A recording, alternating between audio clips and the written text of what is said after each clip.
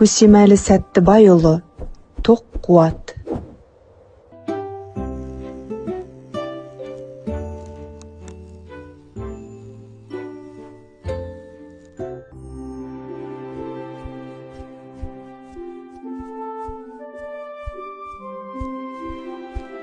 Бағдаршам оянып кетті.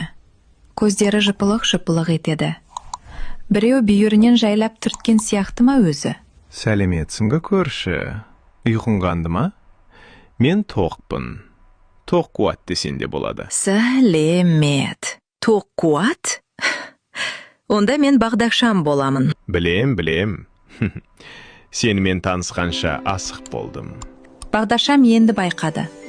Өзі көшенің бұрышындағы биік темір бағанның басында ілулі тұр екен. Көше толы сапырлысқан қозғалыс. У-шу.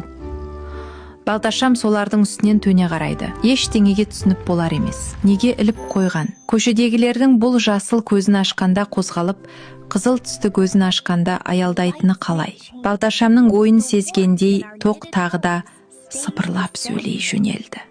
Әлі-ақ түсінесің Бағдаршам. Менің бұл қалада бармаған ойым, кезбеген көшем қалған жоқ. Әр үйге жарық сыйлаймын. Адамдар? Олар кімдер?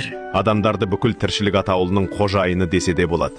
Мені де, сені де, анау көшедегі ағылып жатқан машиналарды да, ғимараттарды да сол адамдар ойлап тапқан.